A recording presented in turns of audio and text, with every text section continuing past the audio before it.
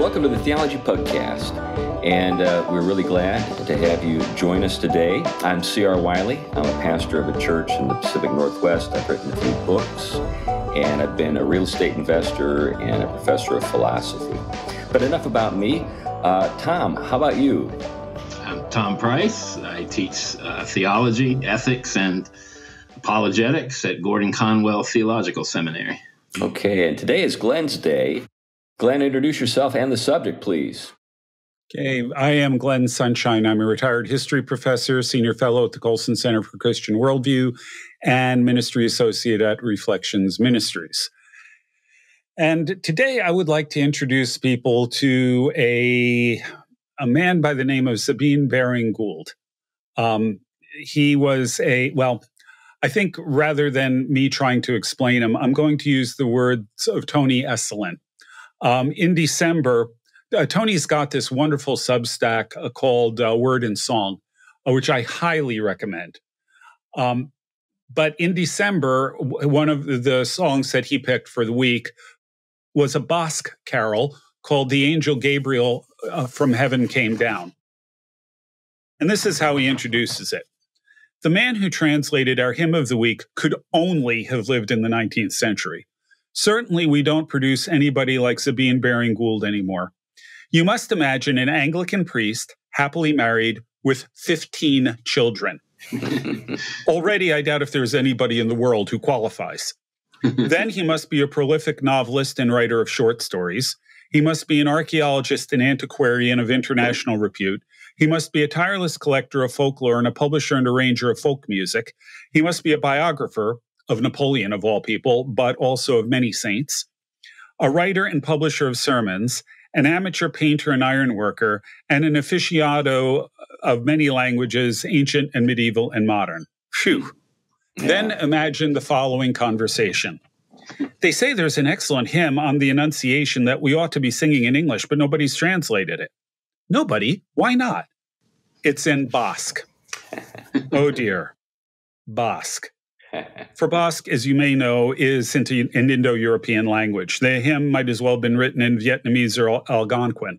I guess we'll have to do without it then. Now, I want you to think of Gollum's voice here. Or we could have Sabine do it.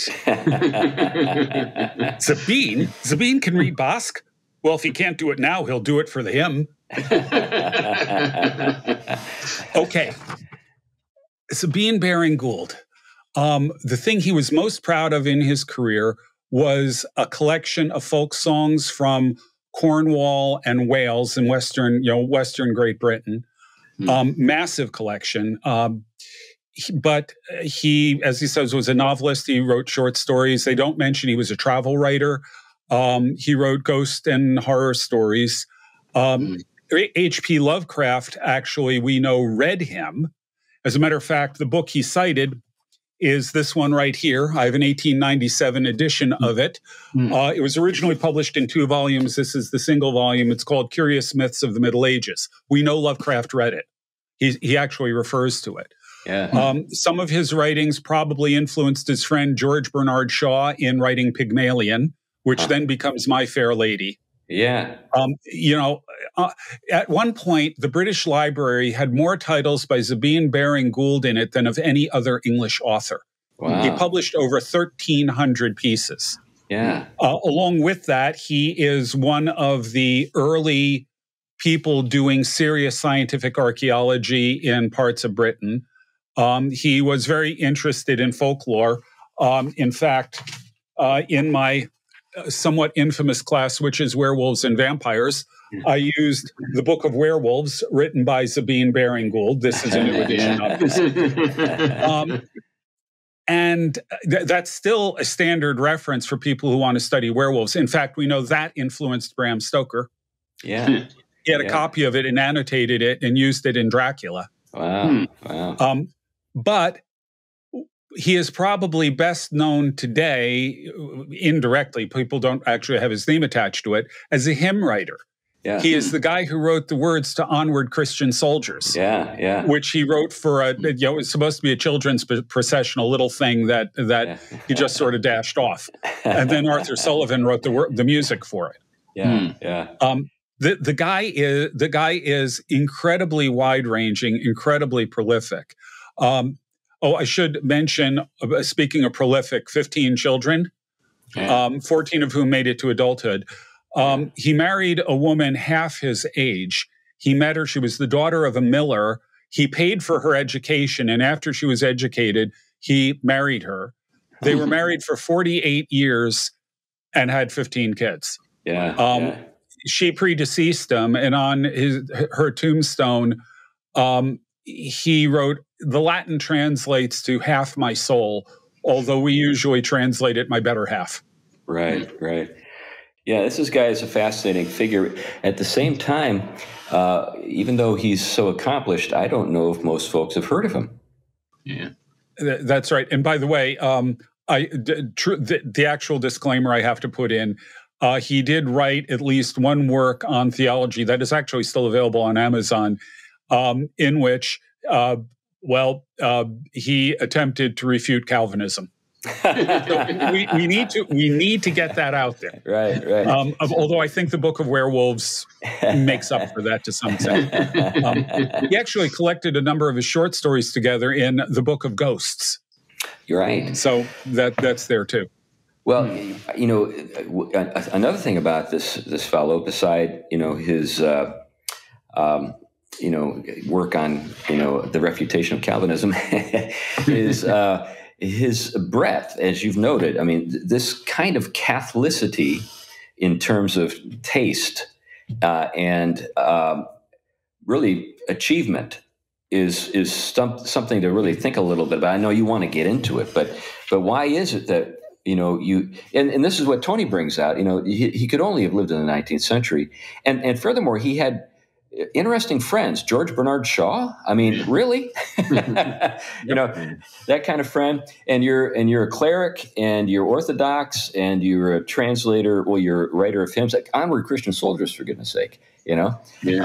So this is just a fascinating guy. Yeah. Well, let's add that as a cleric, he decided young. He was from a noble family. Right. And he decided young that he wanted to go into the church. He took a couple of parishes, but then he inherited the family estate. So in English terms, he became the squire. Right. And as squire, he had the authority to appoint the priest, the vicar in the local church. So he appointed himself, where he spent the rest of his career. Right. But he's got travelogues on the Pyrenees. He's got. I mean, it's the range of this guy's work is just absolutely insane.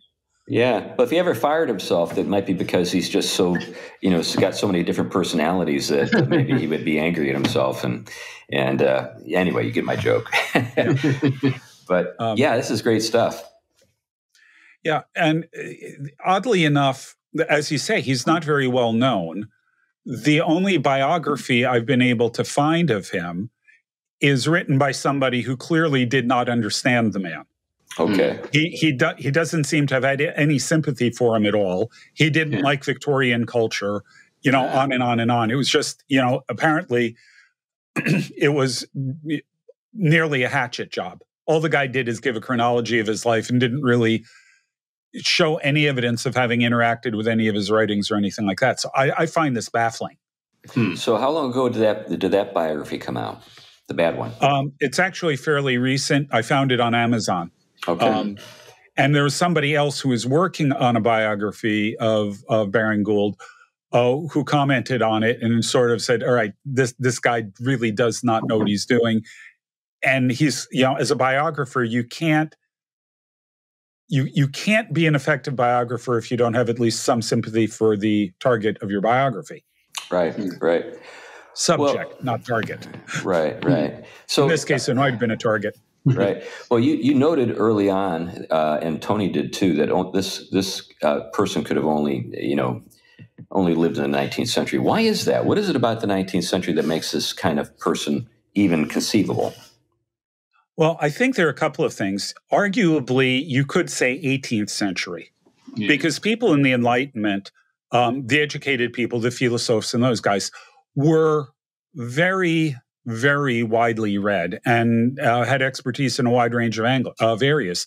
You can look at somebody like, one of the encyclopedists, Diderot. Diderot was a mathematician, but he also wrote treatises on philosophy. If I remember right, he did literary criticism as well. You have people in the 18th century who have this kind of range of thinking, but they are also very much constrained by the tastes of their period. The emphasis on reason, the emphasis on logic, on rationality, and on empiricism, those kinds of things. When you get into the 19th century, you have an interesting thing that happens. In a sense, it almost bifurcates. You got some of them who take that Enlightenment rationalism and turn it into scientism. But you also have the rise of Romanticism, with its interest in the Middle Ages, with its interest in folklore, with its interest in all of these kinds of things. You also see the rise at the same period of people who are interested in the social sciences. The beginnings of the social sciences occur during this period. So what happens in the 19th century is you still have enough classical education in place for someone to be familiar with Latin and Greek and these other things. But you've got an interest in medievalism, you've got an interest in science, you've got an interest in social science. All of these things are present. Right. And Sabine Baring Gould was able to tap into, as you said, really Catholicity of interest. He was able to tap into all of these things, to work in all of these different areas in a way that really wouldn't have been possible in the Enlightenment, and has become impossible in the 20th century. Yeah. It seems as though the bifurcation between, say, Enlightenment rationality, which is very, I guess, astringent and dry, and then Romanticism, which was emotive, sort of rich and evocative, in terms of drawing on experience and, sort of the natural affections and stuff. Those things have kind of completely, separated and don't seem to be held together by anybody anymore. Well, and I think you have, especially in England at the time. I mean, you still have a lot of spillover from the continental academic influence. I mean, Germany in particular at this time, and of course France. I'm thinking, I don't remember the date wise, but I'd be curious how his fascination with the folk material, because I know Herder's work. Out of Germany, who influenced Dilthey, the whole hermeneutical movement led to Schleiermacher. I mean, you get this whole train, but the whole emphasis then was this turn to, from the Romantic influence, kind of this turn to, the folk element, the personal narratives of a people. And I think naturally in like Glenn mentioned, where you have the polarization starting to develop between a strict kind of rationalism or empiricism that is tending towards scientism. This is where you started to have, this move toward, away from just kind of Wissenschaft in Germany towards this, towards the spirited sciences, if you will. You had better translate Wissenschaft. I think the best way of talking about it is kind of the hard science as we know it. And that became sort of a standard and model for all sciences. And the Romantic rebellion was that loses the spirited element of humanity, the humaneness of it, and so that you get these reactionary movements, Yeah, I got a bunch of German words now floating in my head. I think one of the ways to kind of visualize this is it's you think about 19th century architecture, you have kind of a neoclassical movement in the early part of the 19th century, and then toward the end of the 19th century, you've got the Gothic, and they both kind of coexist. Sometimes in the same town green. You go to these different places, and you can see kind of the shift from sort of the open, light-filled classical world to the sort of the shadowy, ghost-haunted medieval world in the popular imagination even. And a lot of people, I think, tried to hold all that together. And I think this is something we see maybe with Sabine. He's a guy who's able to, in his own person, span. I think one of the reasons why we love, say, Sherlock Holmes or Charles Dickens is, their stories, are evocative of this period. And I think even like the steampunk movement, in science fiction is this sort of thing too. There's this interest in, scientific rationality, but at the same time, a kind of gritty, industrial, but also almost medieval, I guess, aesthetic at work in all of it. Yeah. For those who don't know what steampunk is, think about Jules Verne. Yeah. 20,000 Leagues Under the Sea, all of those kinds of things, where he imagines 19th century technology used in high-tech ways. Yeah, or that's essentially the core idea of steampunk. Imagine if you could harness steam power to do, and what they knew then, to do all of this stuff. So you have this really a Victorian aesthetic, but with all kinds of mechanisms and things like that worked into it. Yeah, another one, it would be Wild Wild West. Do you remember that in the 60s? That was that was a mind-blowing television show because you had kind of a James Bond element, an Old West element, and a super science element, where you had, 19th century mad scientists who had invented atomic weapons and stuff. Well, if you want a more recent one, I would suggest you look at The Adventures of Briscoe County Jr. Oh, I don't know about that. Right. You will recognize the music. The theme song of it has since been picked up to be used in the Olympics. Yeah. However, it stars Bruce Campbell, which should tell you everything you need to know about it. It's a truly it's funny and really bizarre show. Definitely worth checking out. Okay. So you get these two guys who walk into a saloon and they sit down at the table, and a waiter comes up to him and says, "Hello, I'm Todd. I'll be your waiter today." And it just sort of goes on from there. So yeah, it's not exactly steampunk, but it incorporates several of those kinds of elements. It's curious. So you're backing up a little bit to your previous point. It's curious at this time because we're talking. Okay, you've already had the sort of 17th, 18th century, the move towards experimental science, which radically changes. Really, you talk about, an advanced disenchantment of, the taking away the symbolical realism of previous kind of Christian Platonism and the like.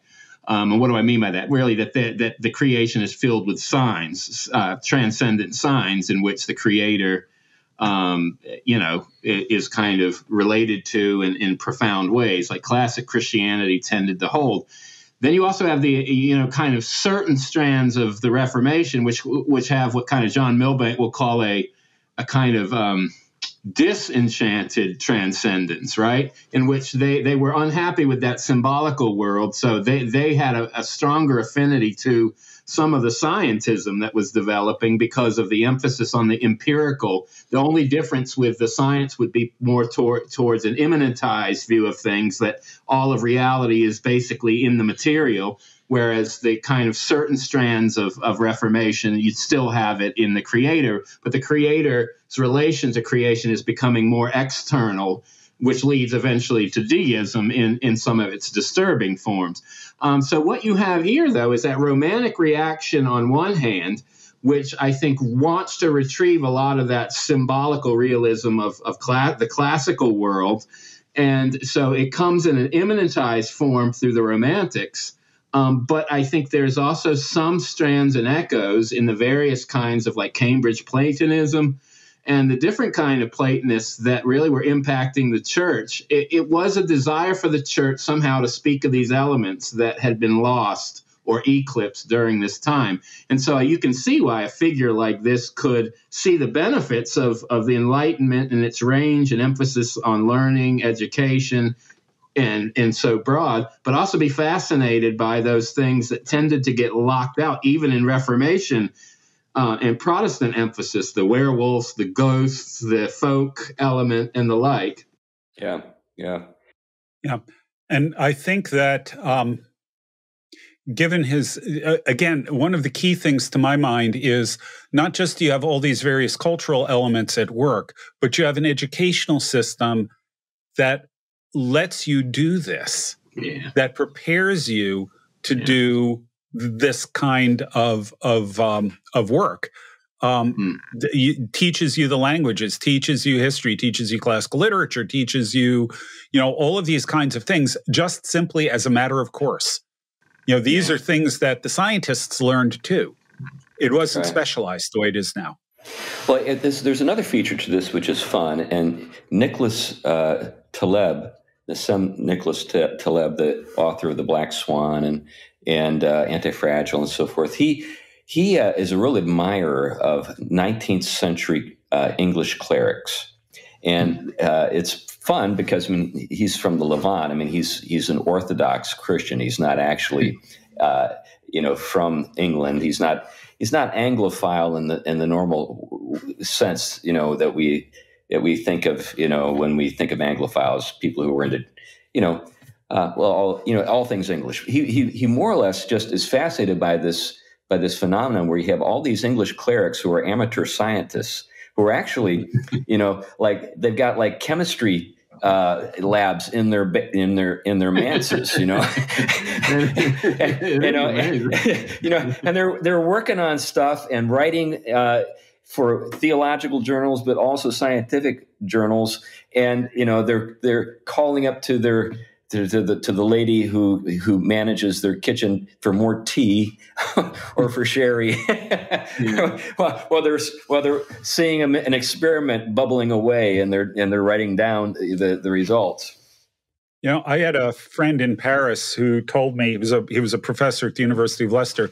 He told me that the beauty of being an Anglican is you didn't actually have to do anything. In other words, you get your kids baptized, you show up at church, you get married in church, you die and get buried in the church, and you're good. So under those circumstances, it kind of, I suppose. Now the funny thing is, that guy later became an Anglican priest. God sort of said, Richard, you need to step up your game here, which I thought was absolutely delightful. But the point is that for a lot of people in England, religion in this period was formal. Right. And if that's primarily what it is, it does kind of free you up as the vicar to do all kinds of other stuff.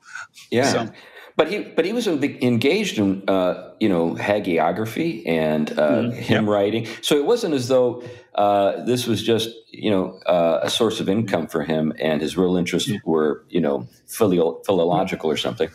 Yeah. Well, no, actually, that is emphatically true. He wanted to go into the clergy. He felt called to the clergy from actually a pretty young age. Yeah. And he actually wrote, 6 volumes of saints' lives, something like that. Yeah. And he does hymns, and he is certainly carrying out his parish responsibilities. Right.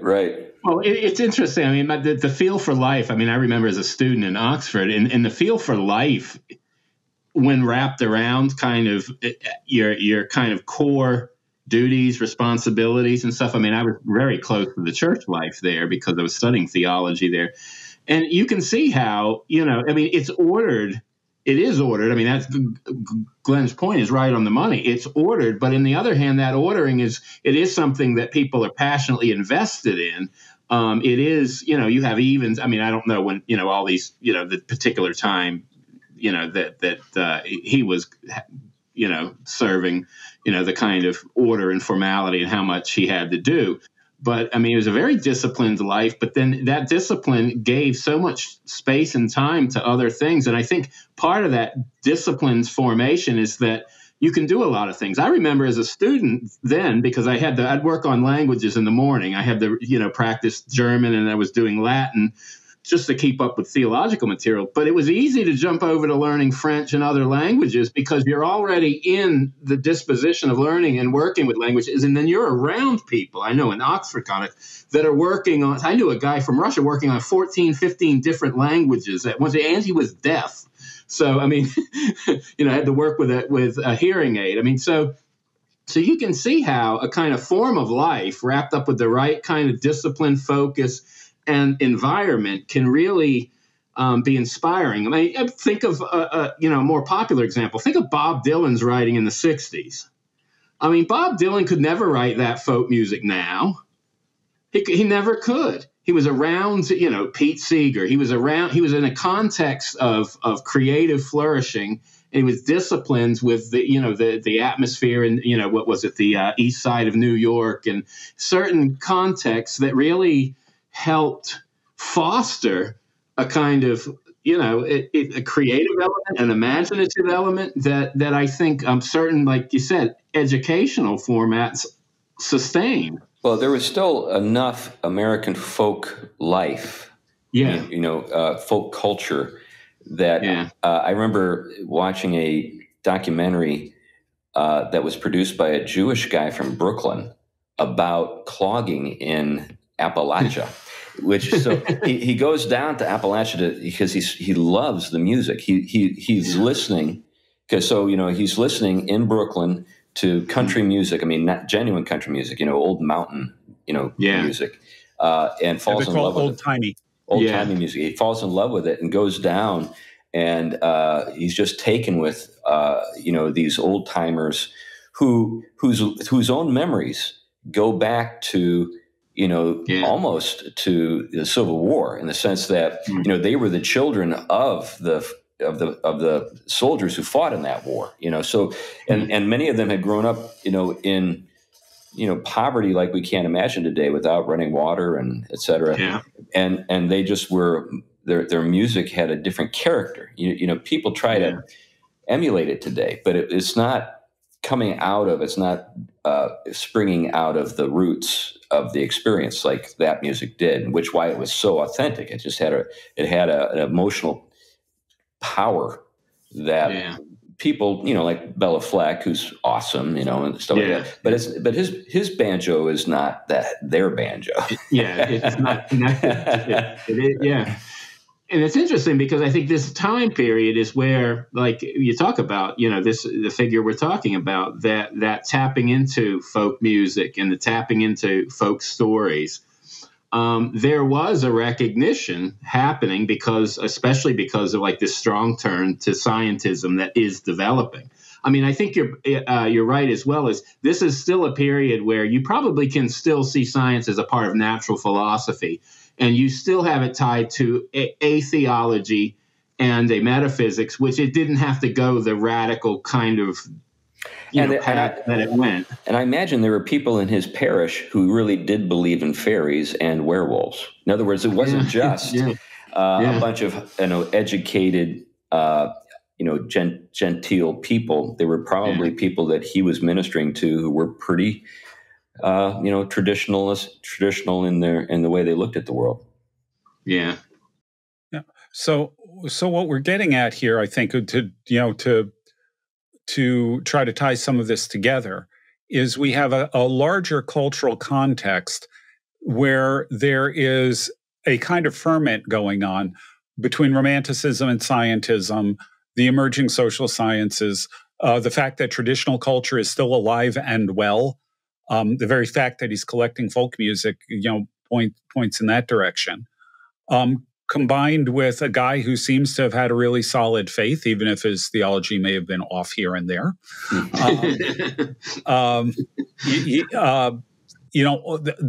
So you've got this huge cultural context. You also have a kind of education that gives you the skills and the mental flexibility that you need in order to move freely through all of these different things. You have the tradition of the Grand Tour across Europe, so that he's in a situation where writing travelogues is a perfectly normal thing. It's a culture that is much less narrow and an education that's much less narrow than ours that really tries to homogenize everything. Yeah, and you've got an early kind of industrialism in which goods and are coming to market in greater abundance than in the in the past. So it's kind of a sweet spot, you could say, in a lot of respects. So one of the things that I've seen as someone who's been involved in construction is that they're really, in terms of the physical, I guess, bones of a house, not taking into consideration plumbing and electrical, wiring and that kind of thing, but just the physical bones of a house. The sweet spot in terms of home building for the masses was post-Civil War, kind of Gilded Age, up until the 1930s. You had a lot of guys who were real craftsmen who were still building houses, and they were working with hand tools. They were not working with power tools. Everything was hand sawn, everything was hand hammered, everything was hand drilled, all that kind of stuff. And so there was a lot of physical strength that was required, but also a kind of touch and a sense of for another way to think about it is, the lumber that they were using was different. It was not fast growth stuff like you see today, but old growth, tight grain, actual dimensions. A 2x4 was actually 2x4. Right. Which in one of those houses creates all kinds of problems if you have to update anything. Right. But our house in Connecticut was built out of American chestnut. Oh, wow. The house I grew up in New Jersey, I don't know what the wood was, but we did some opening up some spaces between rooms and things like that, and we discovered that at every joist they had, I think it was 6 large nails toenailed in every direction. Yeah, that house was built to withstand nuclear attack. That's right. And what's remarkable about it is that it was built before nuclear weapons. Yeah. But the quality of the materials, the attention to detail, and the desire to build something that is going to last. Yeah. I think that, the arts and crafts movement at the turn of the century, 19th, 20th century is another kind of feature to this. I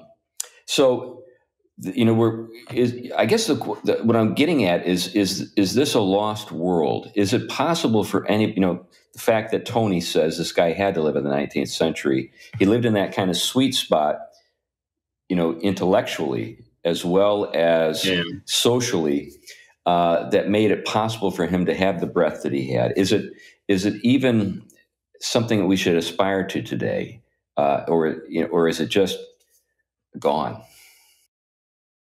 Yeah, that raises a question that we've talked about before, whether it's possible to go back or if we have to go forward. Mm-hmm. We cannot reconstruct, and we wouldn't really want to reconstruct the 19th century world. Sure. Sabine Baring Gould participated in a bunch of the prejudices of his era. He's not a paragon of virtue by any stretch of the imagination. And so we don't really want to go back to it. On the other hand, there might be a way, I think, of recovering some of the good of the period, just like we've talked about with the medieval worldview. There's tremendous flaws in it, but there's also tremendous strength in many parts of it. Yeah. I think the same thing can be said in terms of the 19th century. In terms of the ideals and values and things like that, and even to some extent with things like the classical Christian school movement, the great books programs in universities, which are starting to make a comeback. The fact that so many people that have gone through these things are so enamored with Lewis and Tolkien and their sources. All of these things point to the hope of a kind of recovery of some of this in at least some sectors of society. The biggest problem we've got in education right now, well, one of several, I would say the biggest problem we've got is that it's turned into indoctrination. But along with that, in terms of the curriculum, there's high levels of specialization. Right. And the lack of a vision of creating an education whose primary function is to teach you how to think and to think humanely is, I think, a major loss. But there are movements toward recovering this. And, so there is a degree of hope. And I think it's worth doing. Yeah. Yeah, I think that, I mean, similarly, we talk about it in theology, retrieval movements. Retrieval movements are not repristinization. They're not romanticized visions that the past somehow had it all together and that we somehow don't. Even when I talk about the way in which the church worked up to a kind of theological consensus that has been broken, you can't simply go back. You can't. You can't do it because we aren't the conditions in place that they had. But what you can do is take the riches and wisdom that have been given by the Spirit's work in the church across time. It's the same thing you do sort of in honoring your father and mother. I mean, this is how even a figure like Karl Barth would say, you listen to the earlier teachers of the church, not because they're infallible, but because you're honoring your parents in the faith, right? There's a way in which you're that, but there is a point at which you have to, as a responsible agent before God, go your own way, if you will. And this is a period at which the church has to go its own way, being formed and shaped by the best wisdom that it can under the fuller illumination of Scripture, of course, but also on those levels, and this is where we get to the kind of the regular humane and the regular sciences, the best wisdom from all of that, right? If we are going to just jettison that and ignore it because, certain figures may not have even believed, right? And yet they still could figure out how maybe gravity works, right? It would be foolish of us to say we shouldn't learn how gravity works just because the person who actually happened to figure it out may not have been a believer, right? So, I mean, I think there is a lot of that in which all learning that has to do with things that are true and things that are wise is something we can draw upon as we kind of try to draw from that wellspring of rich insight to actually illumine our moment and shed light on it and have a direction that isn't arbitrary and isn't really by the fad or the moment. I think it really helps anchor us. Yeah, I think maybe a model of this, and I mentioned it a minute ago with the arts and crafts movement. I was getting at John Ruskin and his attempt to work with the Industrial Revolution in one respect, but correct it in another. So his concern wasn't his objective wasn't let's go back and just do everything the way it was done in the past, but let's try to bring forward into the present some of the best aspects of the past and find ways of getting the best out of both the industrial process and high craftsmanship. And that's why you really did, for a period of time, really have really well-made homes for regular people. Yeah. Like my second son owns a home that was built in 1928 that is more solid than the home that I own that's only about 5 miles away from his that was built in 2001. You open up the walls in his place, and it's a whole different experience when you open up the walls in my place. So what happened by the 21st century is you had a situation where the factory approach had just completely swallowed up craftsmanship. And the only people who can afford really good craftsmen today, people like Jack Baumgartner, the only people who can afford people like him are the super wealthy. But there was a period of time where the really solid craftsmen were so numerous that they were actually building homes for regular people. And the homes reflected that. I remember as a kid visiting my grandmother in Fitchburg, Massachusetts, and she at this time her husband and my grandfather had already passed away. She was just renting a third level in one of those 3-level New England homes. But I remember as a kid playing in the stairwell that was spiraled and hand-carved wood. And as a child, we loved, of course, playing on it. But I was blown away that you had this kind of aesthetic in this place. We didn't have this in Virginia. Nothing I was familiar with. I'm sure in Richmond we did, but we didn't have it where, in our kind of suburban neighborhoods. And it captivated me even as a child that something's different here with the investment in this hallway to let people into their various floors. And it was really it's stunning. Yeah. That was, of course, like I said, made possible because of the Industrial Revolution. But you still had all these high, character and high ability craftsmen, that were, working with things. Anyway, but when it comes to Sabine, I mean, how do we foster the kind of scholarship that we see with him? So, we're connected to scholars. Are there any people that come to mind that you've been around that are even close to this guy in terms of their range? Short answer, no.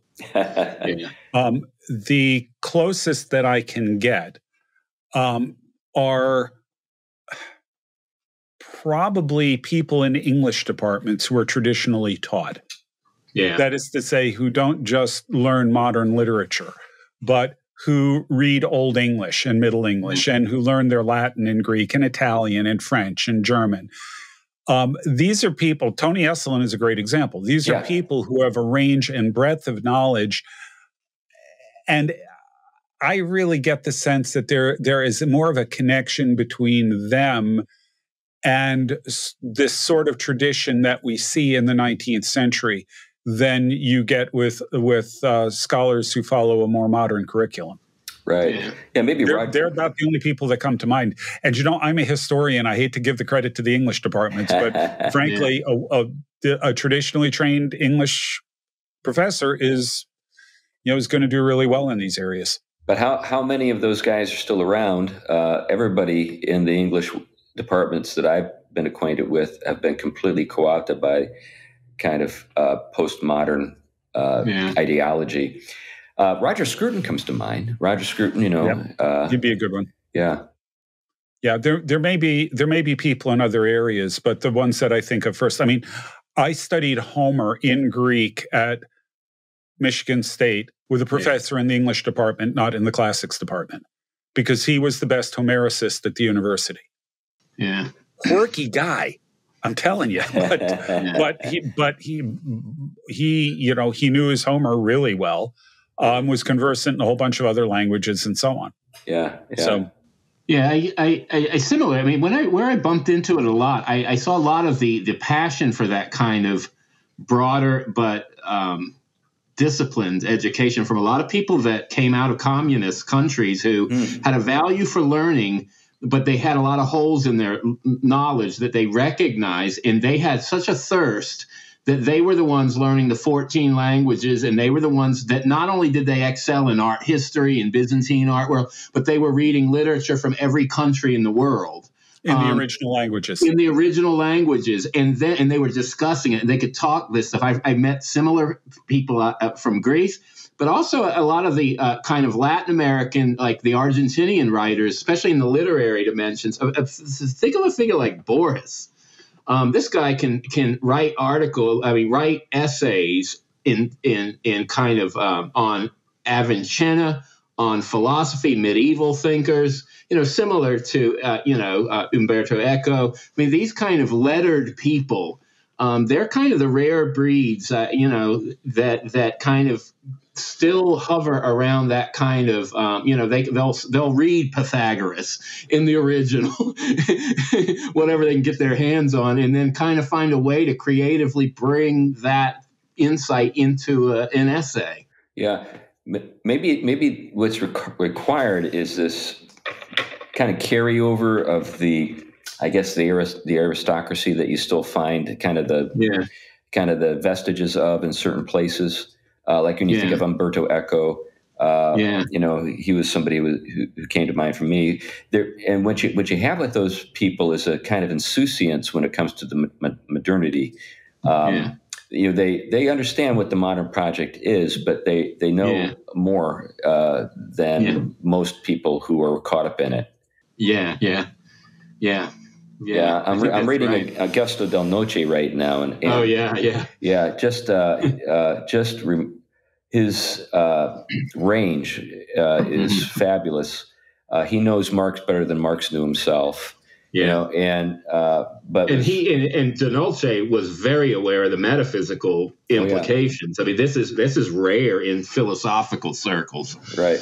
But you have to get these old Italian dudes, these old French guys.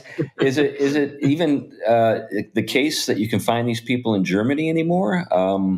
Maybe they're gone there. Maybe the Germans have been so caught up in this stuff. I don't know. I don't see much now. I immediately went, when you ask if it's still there, my immediate thought was the American context, but I find it really interesting that pretty much everybody you guys named is from overseas. Yeah. And I think those universities are moving in a similar direction to ours. Yeah. But the tendency that we have, here's the problem. We've got this tendency towards specialization, and specialization early. We live in a world that is so technical on so many different levels that, I suppose on one level, it's understandable that, you want to get out, you want to get ahead, you want to get the best education you can in your subject. And so you're going to get narrower and narrower focus to get that without getting the range and breadth of things.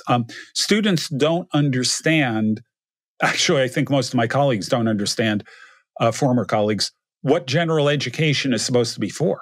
Right. And they keep cutting the core of general education down, although there's actually a movement away from that. But even still, it's a smorgasbord. You pick one history, you pick two English, one a writing course, one a literature course, you pick one social science, whatever's list of things you have to take.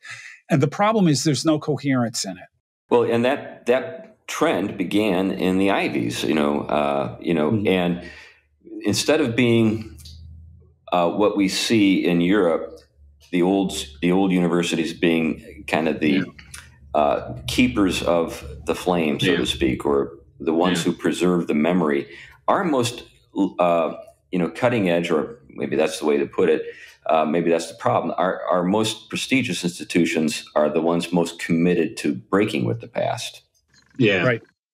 Yeah. There is a bizarre trend, if you will, that entered in, and it now has become a tradition, in which the whole point of kind of education is novelty, and how novelty can kind of bear the burden of being able to be foundational when you've knocked out every other kind of foundation and you don't believe in foundations. And it is very thin.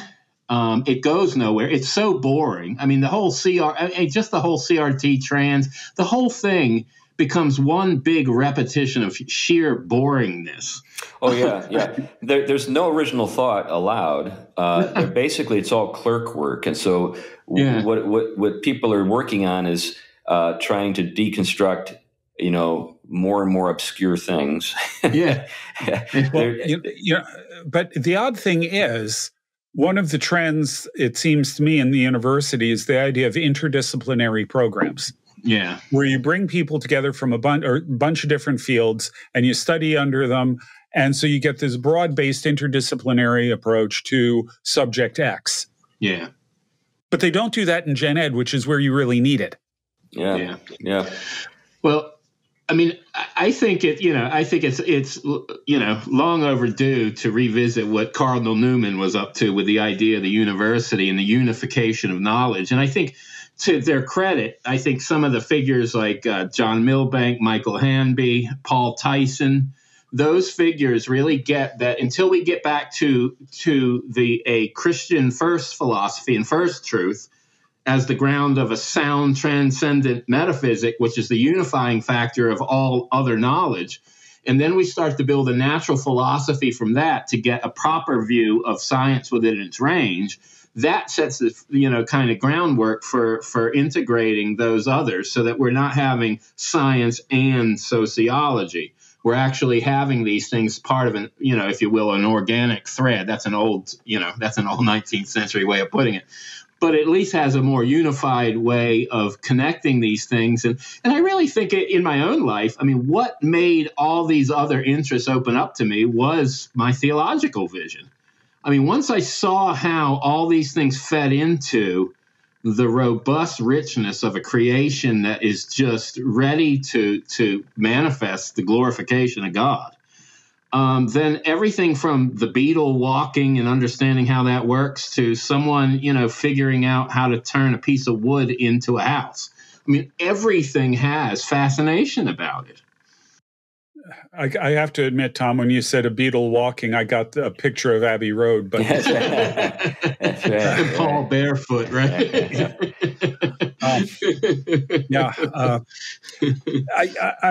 think that's exactly right. But, I think the classical Christian school movement and things like New St. Andrews that are growing out of it are attempts to move in this direction. I think that's what, right. That's what they're about. They're trying to do a retrieval. Yeah. And I think it's picking up steam in places that people might be surprised to learn it is. The charter school movement, we see interest there in classical education. And that, of course, means public funding for these public schools, which are chartered. But because of the nature of charter schools, are permitted to pursue different educational philosophies outside the sort of standard, model that is pretty ubiquitous. When I think about this, though, I also think that there's a kind of hands-on character to things that maybe even some of the people we've talked about don't possess. So when I think of Sabine, when you think about, he was actually doing scientific work. He was doing field research. He was doing the kinds of things that are more demanding physically even, and required a level of competence maybe that you don't normally see in academic and circles. So I think I get a person who does possess that would be like Matthew B. Crawford, the guy who wrote Shop Class of Soulcraft. Maybe he's an example of somebody sort of like this. Well, I can, just as a reminder of the list of things Tony mentioned, he was also an amateur painter and ironworker. Yeah, the ironworker. Ironworker. Yeah. Probably had a forge in the basement alongside his chemistry set. And well, hopefully it wasn't in the basement.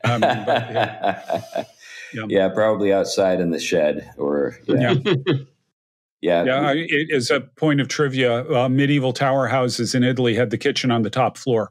Right, which makes a lot of sense. If a fire was going to break out, it was going to break out in the kitchen. And if it's on the ground floor, the whole thing's a giant chimney. Right.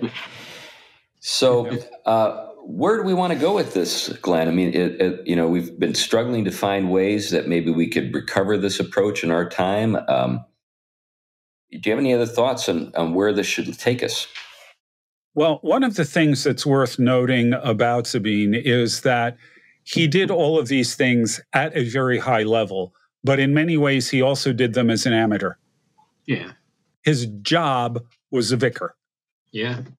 And so I think one of the things that we should consider is, I talk about education because that's sort of my background.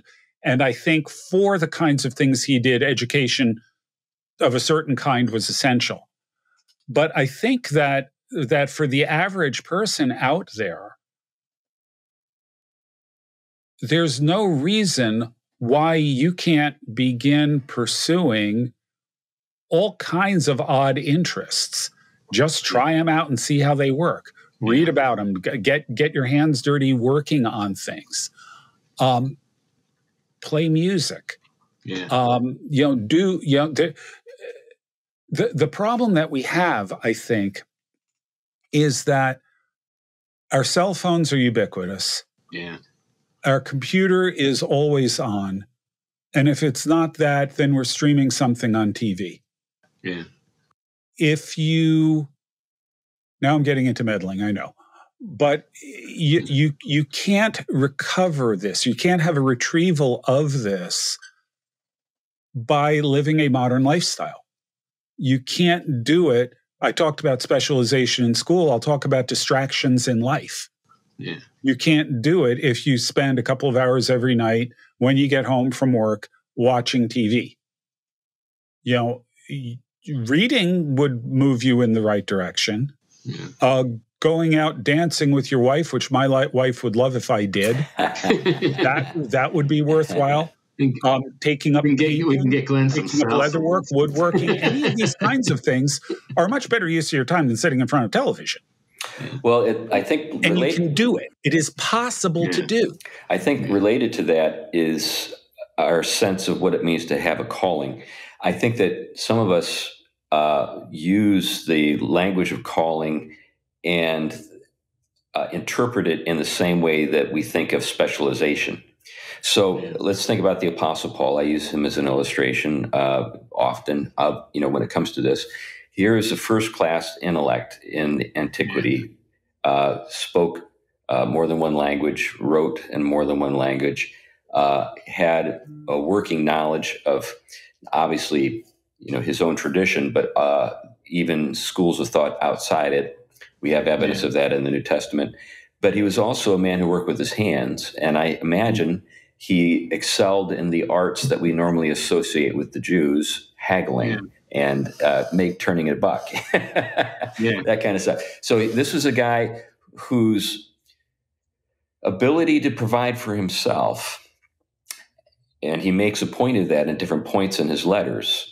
I didn't take anything from you on purpose so that I could freely, teach without thought of my own needs.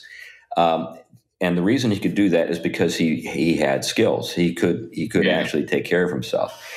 And I don't know many pastors who think in those terms. I think most pastors that I'm familiar with think of themselves as specialists. They think of themselves as people who, if they're going to have other things that they're engaged in doing that's going to take away from either the time that they think that they need to spend on their primary calling, or might actually undermine their status as a pastor, to actually, work with their hands or whatever. They would never put it that way because, the egalitarian moment that we live in means that there are many things that you can think but can't say. Yeah. And I think many pastors think that, but they would never say it. Yeah, and I guess it depends on who and kind of. I think you're right in terms of general trends. I mean, I know a lot of people that a lot of people I find gravitate towards ministerial calling also have they do a lot of study, they do a lot of service to the elderly, the poor. I mean, they're involved in a lot of that kind of stuff. I know people that don't too. They spend a lot of time just going out to eat and having business, meetings. But then you do find, interesting. I know people in ministry that, on the one hand, their, kind of full-time work is working on elevators in big end hotels, and their hands are on stuff, but they also have a passionate heart for serving. And so it is you do find kind of an odd mix out there, but then you do have, the kind of professional class, the demonization of ministry, as they used to say, where it's kind of like ministry is an excuse for you not to do anything else, even academically, to push yourself to kind of know more than just the kind of popular, trendy stuff. And that does require work. I mean, the academic side, a lot of people don't think of that as well. When you're working through the rigors of classical thinking, for example, to put a check mark over your own, that's laborious. And a lot of people they don't want to waste the time doing that. They don't think they need to do it. And, Someone like St. Paul, he already had a lot of that in place. I mean, if our understanding of Paul is correct, you're talking somebody who had a lot of that in place by the time he was young, then the developed work skills on top of it. And so you're just really talking about an exceptionally gifted person as well. Right. But I think, the holistic man is, I think at least maybe it was the Renaissance, where that notion of the Renaissance man tried to come back. But there is something about the well-rounded person that I think we're all talking about in one way or the other. Right. That, is kind of a lost figure. Yeah. How I'm not saying that you can do everything well. I think Glenn's point is right on. I mean, people need to start doing more. Right. I kind of almost see it as a point of joy when I get this little note on my phone now that says your screen time is down by 4 hours this week. Because similarly, Nicholas Lash once said, he was a professor at Cambridge. He was a Roman Catholic thinker, but a very fascinating person. He used to say, today theologians tend to be elderly figures. And he's largely because it takes that amount of time to digest the history of thought before you start having something to say, because there's a lot to master. And so if I'm spending all my time on this, it's not easy. I have less to say. Right. Yeah. So anyway, we should wrap things up here. Anything you want to say as we conclude, Glenn? I think this guy really needs a biography. But until then, you can look him up easily enough. There are articles and things like that. Not a ton, but there's enough available. And I would suggest that you look at him as sort of a challenge. Yeah. Because I'm as guilty of this as anybody else. All of us have got time that we could be using to live a much richer life than we do. Right. But instead we turn into passive consumers of stuff other people have produced rather than producing things for ourselves. Right. Yeah. Well, on that note, why don't we encourage folks to not only consume our content, which, by the way, we're glad they do, but produce their own and get out and live a bit. Thanks for listening to the Theology Pugcast. We really do appreciate the fact that you've made it all the way to the end of this episode. And if the work we do is encouraging to you, you can be an encouragement to us. We have people who support our work on an ongoing basis, either through the Fight, Laugh, Feast Network, where people become members of the Fight, Laugh, Feast Network and designate the Theology Pugcast as their podcast of choice to support. Or if you can go directly to our Patreon page and support us there. There are other ways to support us. You can go to our website. We appreciate all the letters we get. We get emails from around the world, lots of folks making comments about episodes, asking us for more material or some resources on subjects that we've addressed. We're really grateful that people care enough about the things that we talk about on the show to reach out to us in that way. Anyway, that's enough for now. There are links in the show notes to the things I've described, and we'll just say goodbye. Bye-bye. Bye now.